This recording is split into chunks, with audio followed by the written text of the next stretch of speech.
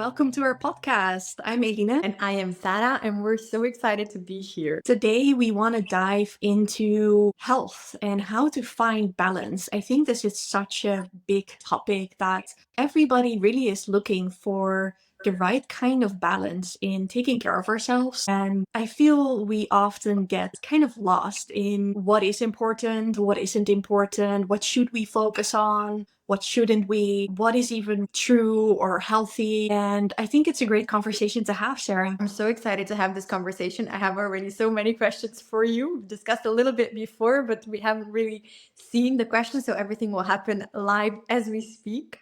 I myself, I really like to have this feeling of doing things in a proper, a correct way, which I believe is a bit part of the topic and slash the issue that we're gonna highlight and bring to the awareness today. I believe there's a lot of talk on how one should behave, how one should eat, what is okay to eat, what we should avoid. And also when it comes to routine, I feel sometimes very lost because I'm like, and what's the right way to do this? So I'm so excited to talk to you about what is your opinion, Elena, around all this, rightness, correctness of routines and of things that we should be eating or doing or feeling in our lives. Yes, thank you for this question. And I see how by trying to do everything right, and this comes mainly for a lot of people who are, of course, excited to take care of themselves, right? So let's first of all acknowledge that it's great that you're even wanting to find out what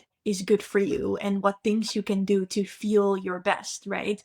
This is amazing. And it's such a luxury and a privilege to even have the time and your like finances and everything to even be thinking about these kind of things, right? So that's the first point. And then I feel like we've been focusing so much on trying to find this like magic solution. We really so badly want things to just be good for us, right? And I feel like that's where we're kind of losing the connection to ourselves. A lot of people are very much in their mind about what is the right thing to do. And as if there's also only one answer to this question, like there is the perfect routine, there is the right way to shower, there's the right way to eat, and there's only one way. And we're all desperately trying to find that kind of magic thing that is gonna help us always feel amazing. And I think that is a big myth. There is not one thing that works for everybody. And this can be hard to hear because we like easy, practical things to do that we know are gonna work. And these things exist, but they're all very different. And I think this is where we need to kind of get back to a more grounded perspective on, okay, I want to take care of my health. What are the things that are accessible to me right now? What is actually feeling good for me right now? Where are you even at? And I think this is also where coaching or talking with other people about it can be super helpful if you're super lost in what information is even correct. But I think the main thing here is that I see with a lot of people around me and also with the people I talk to is this hyper focus on very specific solutions. And for example, maybe you're not sleeping well and you're looking into all these very specific herbs and the right meditation to do, but maybe you're just drinking too much caffeine on a day, or you're really stressed about your work, or you've just watched 6 hours of TV. And then, sure, it's nice to take ashwagandha or whatever you think is going to really help boost your sleep. And you have this device that's going to track your sleep quality. And because you're like measuring everything, you feel like you're doing something. But there are so many really foundational things that we're often overlooking. It's like, are you even just going for a daily walk to kind of move your body, to nourish your nervous system? And even it's the same with food. It's like we're so focused on superfoods is a great example instead of just eating enough vegetables every day and being very consistent in those kind of very basic and boring, I would say, things that we know are good, but we aren't always doing them. And this is where I often see my clients kind of feeling like there's this mystery around why they're not feeling good. But then if we actually dive into what they're doing on a daily basis, and they're like maybe even trying to do things so perfectly and so good, and they have this whole list of things they actually want to do, that they end up feeling kind of exhausted and inadequate. And then it's like, yeah, no wonder you're not feeling great, because you're bitching in your head about everything you haven't done yet. You have this constant pressure of performance, and you're trying to do all of these things all of the time, and you're never just like chilling out and doing nothing. And so I think it's a big conversation, and it's good to get back to a more grounded perspective on what do we need. Oh my gosh. This just gave me the greatest wave of adrenaline and just a release of all expectations. I hope that everybody out there listening could also feel how deep your words shape our thoughts. Because what I heard you say, what really stuck with me are two things. One is like this, thank God, that I heard internally when you were speaking of like, thank God there's not one perfect way of doing things. And there's not a list of things that you need to do in order to, because so many times I feel like that. And so many times I'm going to blame it on the media. I read that that's what I should do. I see these stories that are a 5-part, a 6-part, a 7-part thing that I should do every morning in order to feel good. And my brain registers. This is the condition, the non-negotiable condition to feel good is to do this 7-part thing list. And it's just because everything we read, everything we hear, it embeds in the subconscious mind. It's soaked up by our brain. So I can see my brain waiting for me to go through those 7 steps in order to be happy. And then the second thing that I heard you say is that as human beings, we are allowed to just be simple, and we don't need to have these crazy issues that are dependent on these strange factors that we need to consult somebody about. But we need to eat vegetables and drink water and not watch screens for 6 hours straight. And then our health is immediately going to improve. And somehow I feel very happy about this, because it means that we can all, no matter, as you were saying, how much money we have, we can all lead a very healthy, very happy life. But on the other side, I'm like, so it's just that? Is it so boring? I think my problems are more complex than that. How would you answer to this internal, probably, resistance of wanting things to be very complex? That's a wonderful question. So, first of all, I do think there's a lot you can do, right? So, it's more about getting honest about what it is you need in the moment. So, it's not about this idea that you don't need anything. There's nothing you have to do. So, just be happy as things are right now, which of course, it's great to tune into gratitude and kind of try to be more in the moment and kind of release yourself of all these expectations, which might already really help in just enjoying your life as it is right now. But it's more about learning to trust yourself when it comes to changing the behaviors you think are going to be good, right? So a great example, I would say, is cold showers are proven to be super helpful in certain situations for certain people. It can boost your mood. There's like quite a lot of evidence, I think, that it's an interesting thing to try out.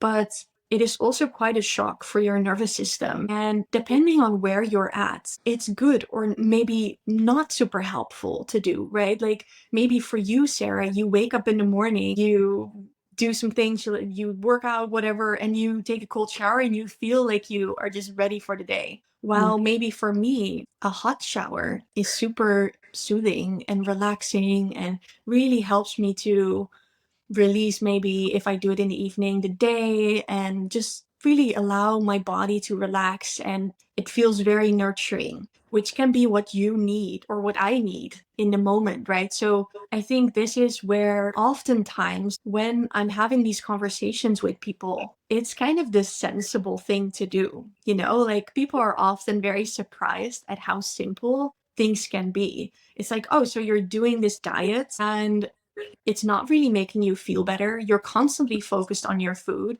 You're not really enjoying it. What a great idea to not do that anymore, right? It's like, or if you just really don't feel like cold showers are your thing and it really like freezes you up in not a good way and it makes you more tense and it makes you feel more stressed. don't do it. And of course, there's like a fine line in this that I think is important to talk about, is that it is easier sometimes to just only do things that are maybe most accessible. Like it's easier to stay on the couch than to go do a workout, even though a workout might be a very self-loving choice to make. So I think it is important here to, and I think we talked about this a little bit on another episode, but to see where it is coming from. Like, are you choosing the kind of behaviors that you want to change? Like, are you picking those from a place of care for yourself? And if you know that exercising is good for you, we all know this, right? You don't need this podcast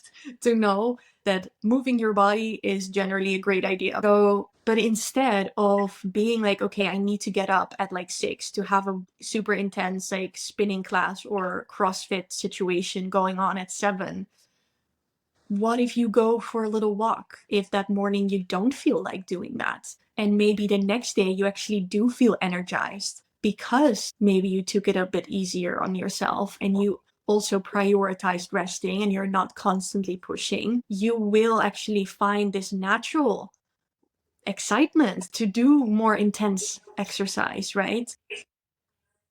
So I think it's really about finding your personal balance and your personal relationship with these kind of activities. Like for some people, waking up super early and having this really extensive morning routine is like their magical time of the day, right? I hear this from parents or moms that are like just blessed to have that time for themselves. For me, I actually really like to allow myself to just sleep until I wake up.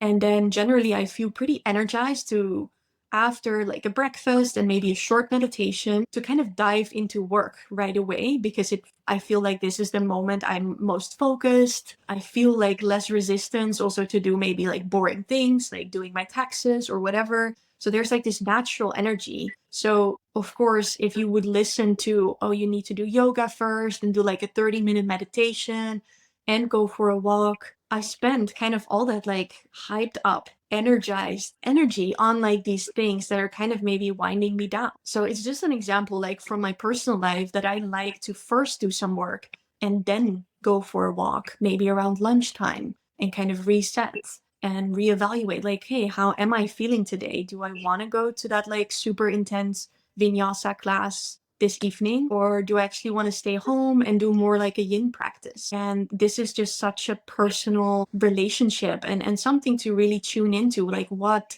makes you feel good, and to try these things out and really learn from them, right? If you feel a lot of resistance to go to a vinyasa class, but afterwards you feel amazing, take a little note, right? And be like, okay, next time I feel resistance, am I like really not feeling it? Am I super tired? Am I gonna exhaust myself by doing this? Or do I just need to kick my butt a little bit and be like, okay, you're fine, you feel good, you have time, let's go do it and see how you feel, you know? Does that answer your question? Absolutely. And it sparks so many ideas and topics to bring this conversation further. And I would like to share my experience because it could be the experience of many people, probably maybe more women, that feel like me that their life changes a lot based not only on where they are in their menstrual cycle, but also random things that we might even not want to analyze so deeply. Maybe it's like a moment where we're more emotional, or we're going through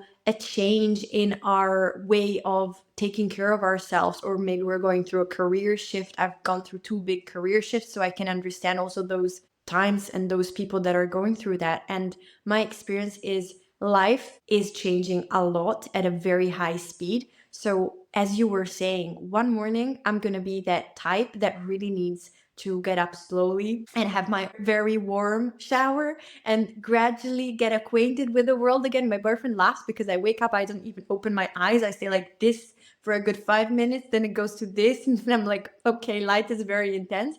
And other mornings, or if I have to do something, I am totally able to wake up and 10 minutes later I'm at my computer working away. Since I was able to do the two things, and sometimes I needed one and sometimes I needed the other, I've always been very lost around morning routines. And I always have this question of what's right for me. And there is no answer. There's the answer that you gave. I need to tune into what I'm feeling in that moment and then learn how to approach myself, how to live literally with Sarah and with everything that she's going through. And it's a work in progress. Because even this morning, I was like, am I going for the type A or the type B? Because my mind at least wants to have, two secure options, that it's either the slow one or it's the fast one. But then I needed to create a more of an in-between one. And if I had to say a little tip or takeaway from my experience for people that are living the same thing, it would be let go of every judgment, because that just makes it 1,000 times worse, because you're questioning, maybe should I do a cold shower or a hot shower? Like, what do I need today? Do I need to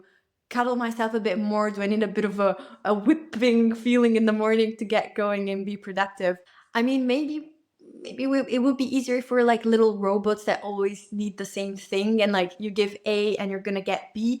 But I guess the human body isn't like that. What is your experience with a bit of the variability of emotions and just physical symptoms in the body? I think you're just highlighting, and thank you for sharing your experience, because it's so beautiful to really get to know yourself, right? And be gentle with what we need in the moment. And I think it really highlights this disconnection that is created because of all the information and all the advice that is out there around this one way of doing it perfectly, even though we're such dynamic beings, right? Our bodies change constantly. What you're saying, our emotions change all the time. Maybe you had a really hard conversation the night before and you didn't sleep well because of it. And maybe therefore you do need to be a bit more gentle, even though that was not your schedule, right? And I think by just being in our heads about this regime that we want to create, we're forgetting about our actual humans, right? Like the actual person that we are, and our emotions and the things that are happening in our life. Maybe you're grieving. Maybe there is like a big shift in your life, or maybe not much is happening, but you feel like shit anyway, which also happens, right? Like, what can we do? And I do think that if you do, for example, wake up and you feel really down and you feel like just, kind of hiding away, instead of like watching 9 hours of YouTube videos or Netflix and being on your phone endlessly scrolling. I think this is where the kind of commitment towards well-being does come in. So it is really a balance for everybody depending on the situation, which is not the answer we want, right? We want just like a beautiful formula that works for everybody all the time. And this is where you can be like, okay, I notice I don't feel good, but spending 9 hours scrolling and just watching videos is not going to support my well-being at all. And that doesn't mean to like force yourself to go to some sort of intense workout, but maybe if you're feeling super frustrated and angry, that is great, right? Or maybe you just need to call a friend and talk about what is happening. Or if the sun is shining, which doesn't always happen in our countries, but maybe you just need to have like a gentle walk and feel the sun on your face. Or maybe you do want to watch a movie and have some snacks, but not the whole day, right? So this is something we all need to navigate. And I think it's very important to note that there is no perfect way to do this either. Like, of course, we want to be in tune, we want to learn what works for us. But even if we do, which I think the more you are like focused on this, you do know some things maybe that work well. We won't always be doing them, right? Like, that's just life. It's, I think, more important to notice when, for example, I've had this intention like the last month to be on Instagram less and spend more time doing work or being in nature or having a walk or actually just calling a friend instead of being like for an hour just scrolling. And it's okay to notice when that is happening anyways, right? Because these apps are made for us to be addicted to it. And it's just been fascinating to see like how easily I just open my phone, open Instagram and start looking at things, right? And then instead, the moment I realize being like judgy and critical and being like, oh, you fucked it up and it doesn't matter anyway now, which is what people do with diets as well. Being like, oh, wait, hey, I'm doing this again. Let's go outside, close my phone, go for a walk, right? So it's also really about being flexible and being gentle with ourselves. And Sarah, I loved our conversation about the subconscious mind and the influence and how it's like you were sharing that 95% of like our thoughts, behaviors, and feelings, I think, correct me if I'm wrong, come from our subconscious mind. And those are mainly programs and things already kind of established. So when it comes to actually wanting to change certain habits, how does that work? It's a beautiful question. I'm going to answer with a quote. I think this is by Joe Dispenza, and I'm going to rephrase it because I don't remember the exact words, but he says, if 90% of what we're made of in our lives is due to our subconscious mind, what if we just had a peek in there and we started to actually change those programs instead of being so focused on changing the behaviors? And I love that approach because many times we're like, I need more willpower. With social media, I see that with myself, I see that with other people. We're all trying to reduce the usage, but we're doing it the other way around. Like we're trying to stop something that we see as a negative behavior instead of fueling another positive behavior that would replace it. So I like to imagine that our willpower is less like a glass of water. So imagine I'm holding a glass of water. In the morning, it's nice and full because I've been regenerated through sleep and I have all this willpower in my. And then it starts in the morning. I'm tempted to pick up my phone, but I don't. Perfect. But I'm using that willpower. So I drink a nice sip of my glass of water. It's probably 12 in the morning and I've already finished all my willpower. So what do I do next? I just surrender to all my inner, let's call them inner demons or inner negative thoughts and limiting beliefs. And that's it for the day. Then I beat myself up. I feel super bad about myself. And the day after, I'm going to do the same exact thing. So to break this pattern, it's very useful to either with a person, but you can do it also by yourself. Ask yourself, why am I doing this negative behavior that I wouldn't want to be doing without judging it? That's the hard part. Just observing, where does this come from? And I'm going to use an example of me this morning. I know that it's so bad to pick up your phone in bed. Like, probably it's the worst thing you could do in your day. You ruin it. It's terrible. It's done. You do that, you're out of game over. And yet I was in bed and I picked up my phone and I was on TikTok this morning, and not for 5 seconds. I was there a good half an hour. And then I was there and I was like, why am I doing it? What is, okay, let's do it the good way. Why is my subconscious brain making me do this? Oh yeah, because I want to avoid doing the thing that I really need to do. I need to edit some videos. I hate editing some videos. It always doesn't go in the little snippet I want. And I don't want to do that. And sometimes it's even deeper than that. Sometimes I need to, for example, this happened to me a couple years ago a lot. I had to speak about my eating disorder because I had to share my story in order to attract clients and work with them. And I felt so raw and vulnerable in doing that on social media that I would have massive resistance. So instead of sharing my story, I'm scrolling through Instagram and I'm seeing so many people are doing the same thing so much better. Why bother? And this could be in any field. You know, I want to post a video of myself. I don't know, I'm a dancer. I want to post a video of myself dancing, but maybe I'm not super confident. So I just scroll. Oh, somebody did the same move so much better. I'm just not going to post it. So it's really going deep into that subconscious mechanism, which a lot of time, probably 80%, even 90% of the time with my clients, it's protection. My subconscious wants to protect me from the pain of the day and brings me to scroll through TikTok. But where is the threat? It's in my subconscious programming. It's in probably my childhood when people were making fun of me, and I think they're going to make fun of me if I post a video of myself on social media.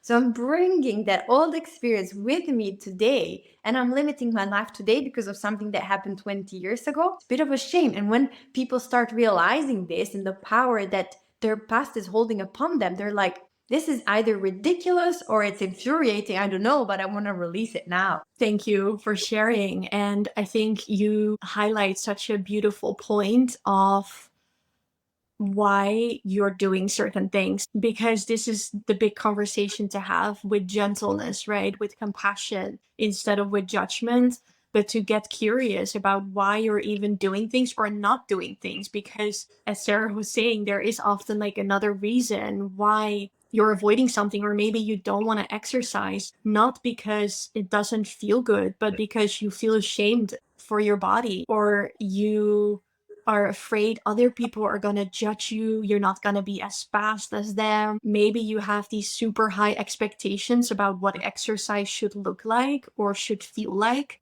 and therefore you just don't do anything. But even a small walk or going for a bike ride or dancing in your kitchen is going to make a difference to your mood and is going to be good for your muscles. So I think really being curious about why the things you want to create or the habits you want to create or do or not do, like what is happening there, without also like what Sarah was saying with like the kind of the judgment around, oh my God, why did you like open your phone? You ruined it now. Also be like, hey, okay, this was not the greatest choice because it doesn't feel good, right? Because we're so wired to seek out pleasure and avoid pain at any cost. I think it's such a good idea to actually tune into, okay, this is not serving me. It doesn't feel good to scroll on TikTok the first thing in the morning, because maybe I actually want to connect with my family or with my partner or just have a quiet moment without like the world being like in your face about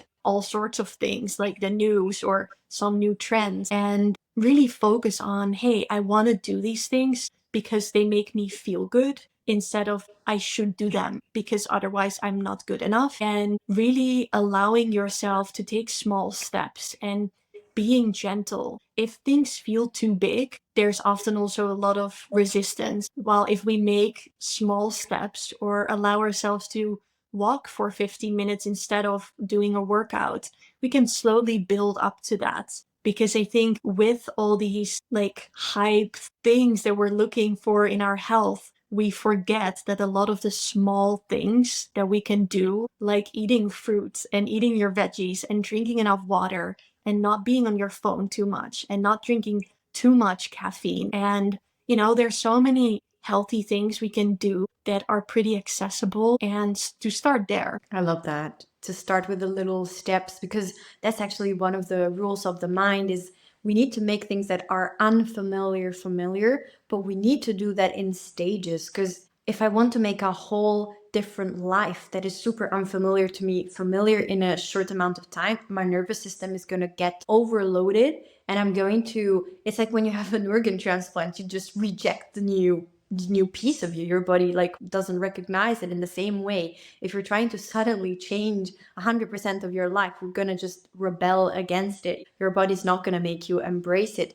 But if you start by changing a 2%, but you keep consistent with this changing of the 2%, you're gonna change so much and so fast, but without sending yourself in this overload mode. Why do we get overloaded, Sarah? Because it would be great. I think we all love these ideas of in 21 days, you'll change your entire life. You'll never feel unhappy again, or you'll be super fit. And there is a lot of emphasis usually on like quick transformation. So, can you explain a bit about why that doesn't actually work well? Absolutely. And this is literally what I do for a living. So it is really in my area of expertise. And I give people recordings that they need to listen to for at least 21 days, because I know that that's the beginning that starts rewiring their brain and installing new beliefs. So I'm definitely in the space of people that are great believers in others people's in our transformations. I'm not going to say it's impossible to transform. That's my job. I help people transform, so I see people transforming every single day, and I do this because I have gone through the biggest transformation, which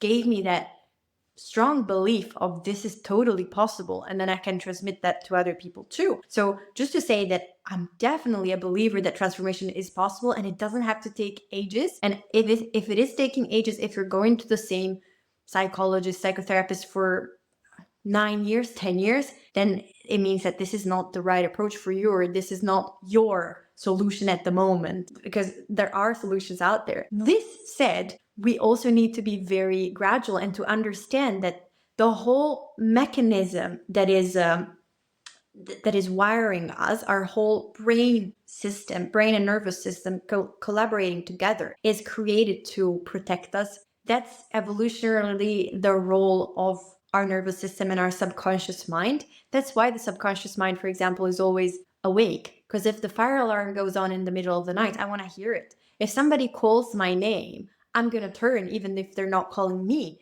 And I wasn't listening to everything that was happening in the background. We cut out a lot of sounds. If they're calling somebody else's name, I'm not going to turn. So there is something in me that I'm not controlling rationally, right? Because I'm not awake during the night. Yet, if the fire alarm goes off, I wake up. If they call my name, I turn. So there's something going on inside of us at a deep level that wants us to feel protected and to literally stay alive. That's a role of the subconscious mind, to keep us existing. And it has learned in evolution that everything that is familiar, that is known, for example, my parents, my friends, a food that I eat every day, is not going to harm me because I've already done this. So everything that I've already done, I will tend, my subconscious mind will want me to replicate because it's sure Sarah's not going to die today because she did all things that she did yesterday. Perfect. Chill. Says my subconscious is there relaxing. If I start doing new things, subconscious is like, oh my gosh, she never did this. Is she gonna die? Even if I'm doing really simple new things, like I going ice skating for the first time. Why are people like that the first time and they're like moving like this? Because it's something foreign. It's not in their muscle memory. And the nervous system is triggered like she might fall and then she might die. And so we're in a fight or flight mode. The thing is with the subconscious mind that it doesn't distinguish between something that is happening in a mental level, like psychologically, and something that is happening physically. So for my subconscious mind, whether I have a lion that is about to devour me, or if I have a group of people in front of me that are throwing tomatoes to what I said, and I'm there like, yeah, powerless, it's going to feel very similar kind of emotions, and it's going to send me in the same reaction, which is fight, flight, or freeze. So the cool thing with this whole mechanism of the subconscious mind is that we can work with it. Some people say we can trick it. I don't like trick, but we can work with it and we can give it tiny amounts of unfamiliar things over a long period of time, and it's going to become familiar. Then the subconscious mind is going to love it because she's been doing this for the past 2 months. This is totally safe. That's fascinating.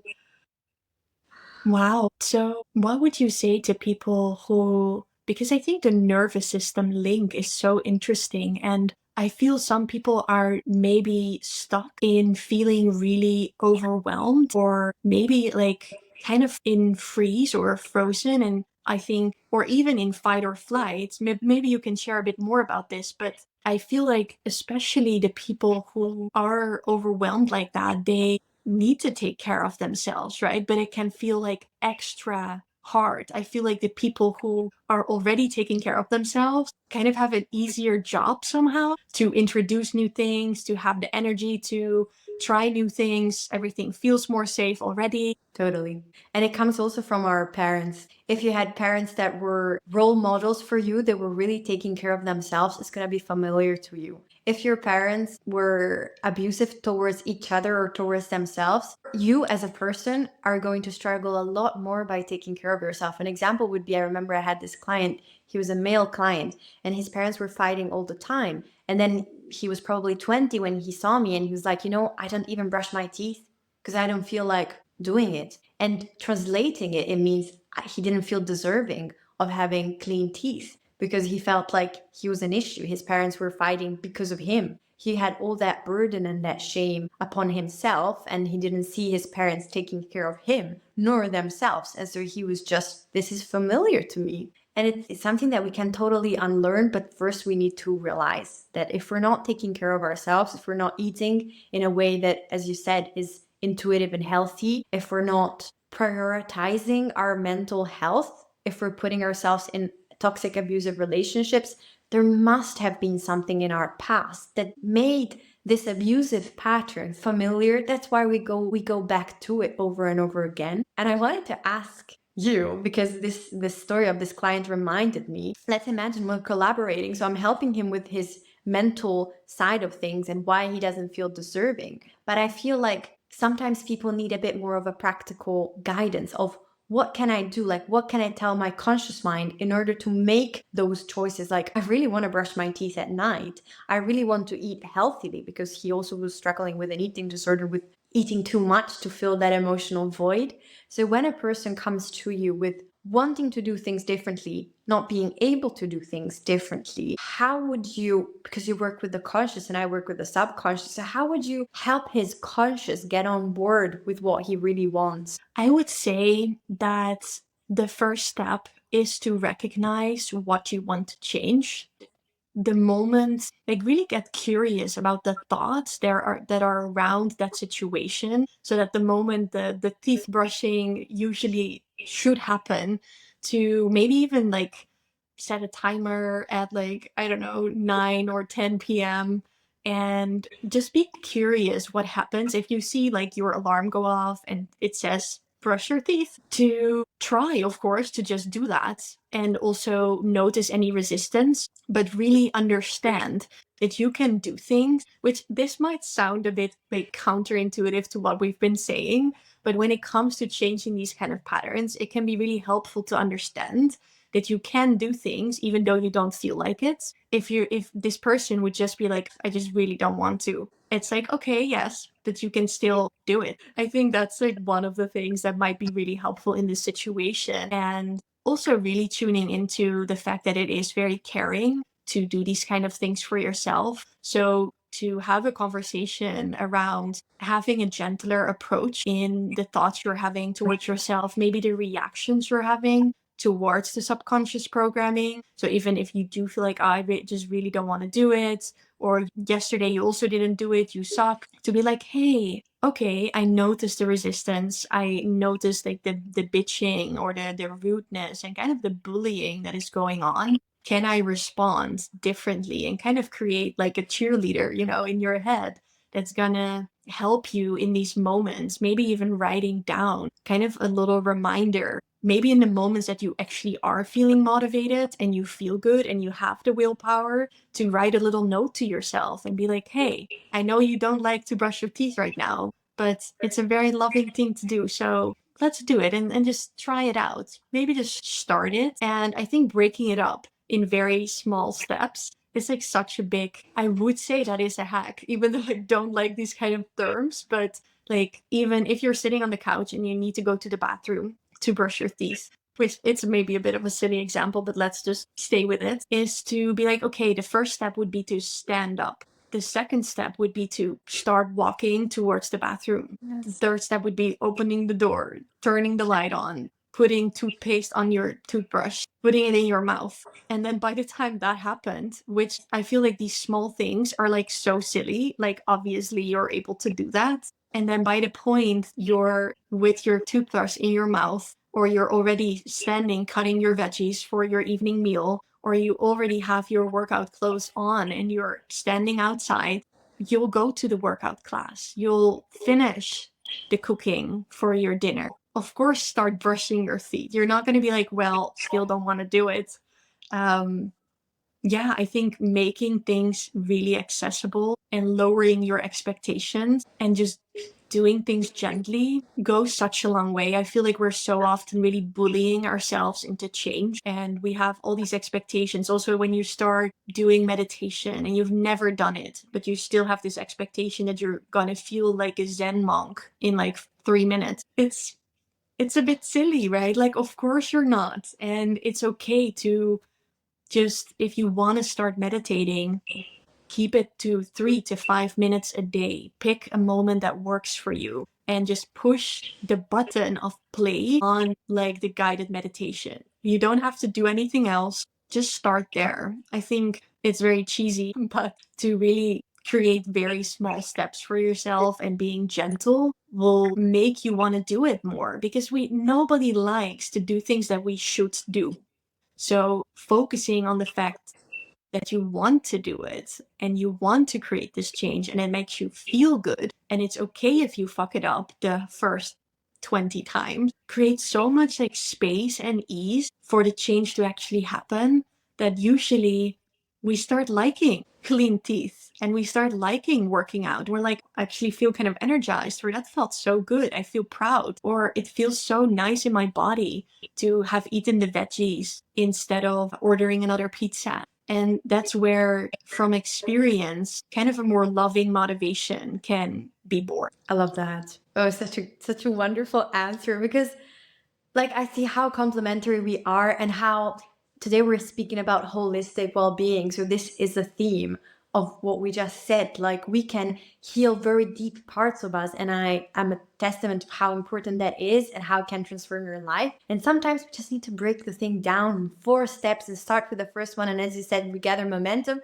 and then we do it, and then we feel even more awesome. So next time, that's going to become familiar. Now you've embedded that emotion. And sometimes, to make the counter example, people might be on the couch and might be like, why am I not brushing my teeth? Okay, my stepdad divorced with my mom, and then this happened, and then I'm having this mental health crisis. Okay, I need to get to a root cause, and I need to extract it, and then I need a Reiki healing, and then I need a magic crystal next to me, and then I can wash my teeth. And I believe in all of these that I have mentioned. So I think crystals are super powerful, and Reiki too, and the root causes are crucial. However, maybe in that moment you just need to stand up and be like, okay, I'm already 3 steps closer. I walk to the door of the bathroom, still thinking maybe I'm just gonna, I don't know, wash my face or have a shower. I'm not still sure I'm gonna do this teeth brushing thing. But when you're there and you have seen your toothbrush, and it's so simple, you're gonna be like, okay, I'm just gonna do it. A bit like the Nike slogan. I love it, because sometimes just do it, and other times though, just do it is not gonna cut it. Yeah, I think especially if you've been doing it and you feel like it's still something that just keeps being difficult, like when your eating is kind of disordered and you just can't get out of a certain pattern, this is where especially the root causes are so important. But I think there are a lot of things we don't actually have a lot of like struggles or resistance towards that can also help a lot to then feel more energized and have like more space to do the things that are a bit more difficult. I think we all have certain areas in our lives that feel more challenging, but maybe sleep is actually not one of them. So maybe by prioritizing enough rest, you'll already feel more energized to spend some time taking care of your body in a different way, right? So I think this is also kind of the holistic part, is seeing what are all the other factors in play, how are they influencing your decisions, and of course look at the root cause of some of these things, or why you're not even excited or motivated to take care of yourself in a loving way. Like, why are you always overworking? What are you trying to avoid? But really also getting really practical, like what are things you can do today that will help you feel better today? And also, what are like small habits that I can implement that will make me feel better in a couple of months? That is something that I can build on, and to really find the things that also make it more accessible, not only by making them smaller, but also by choosing things that are more exciting. Like if you have you kind of struggle with exercising a lot, go to, like, I go to ecstatic dance, for example, with friends, or go row in a boat. I don't know, like go ice skating with friends, or invite somebody else who also wants to exercise a bit more and go on long bike rides, or have a walk in a new place you don't know. Like it doesn't always have to be going to the gym on your own if that just feels really heavy and maybe is super linked to a time where you were really obsessed with your body or with your diet, and it feels very controlling and very like changing your body focus, to instead, if you want to take care of your body because it feels good and it nourishes your mind and it's just good for you, find fun ways of doing that, right? So I think that's also an important thing to keep in mind. I love that. For also eating disorders, like you want to eat better, be around people, do things you love, allow yourself to have fun. Sometimes we think I'm just going to reach my goals if I focus and I struggle and I suffer. I believe it's the opposite. I believe not many people speak about it. It's still a bit of a silent revolution that is happening, because I see it as really a 360 paradigm shift of, it's not struggle that gets you the result. It's fun and enjoyment and laughter that brings you to. Yes, and I think the same is true for food, right? We can kind of fall in the trap of needing to do it perfectly and that somehow is the solution, but that trying to do it perfectly is actually the problem, because it's okay to have treats and things that are not as healthy or nourishing or nutrient dense. But if the biggest part of your diet is filled with good food and healthy things that help your whole body to feel great, it's fine to also have pizza sometimes and to have fries when you're out for dinner. Or maybe you're actually feeling like you want to eat a salad, right? It's like it's okay to be playful, to be flexible. That some days, or maybe when you're on a holiday, you'll eat a bit less veggies. And then when you get home, it's more not because you're trying to compensate, but just because that's the way you're cooking, right? And that also creates a natural balance. And the more you again listen to what feels good, what actually feels good, right? Because we can sometimes feel like just having more chocolate and not doing anything is loving towards ourselves. And we can talk about this a bit more in our next episode when we'll be talking a bit more about food and eating disorders and emotional eating, these kind of things. There's often this idea that not showing up can feel very loving, but it isn't actually very loving. So I think the more you're really tuned into yourself and you feel this care and love for yourself, it becomes pretty effortless to understand what are the right choices for you. Beautiful. And I think that's perfect to introduce our next episode because we will be diving into the wide world of disordered eating. We will examine the different forms that this disordered eating can take, how to recognize that your eating might be disordered, how to cope with it when you're struggling with it, and also how to break free from this cycle of maybe restriction, maybe counting calories, maybe emotional eating or binging or purging. Is there anything you would like to add on the next topic? I'm so excited that this episode is coming up. I think you summed it up perfectly. It's a delicate topic. A lot of people are struggling with it. So I think it's an important conversation to have. I think it's good to talk about kind of the stereotypes that people also can feel about it, the judgments that are there around it, and to really have an open conversation about what can happen, how you can even recognize that you're maybe in it. I think a lot of women don't even realize that their eating is kind of disordered and could be a lot more loving and relaxed. So, yeah, this is definitely also my passion and area of expertise, as it is yours as well. So, very excited to talk to you next. Beautiful. See you very soon. Bye.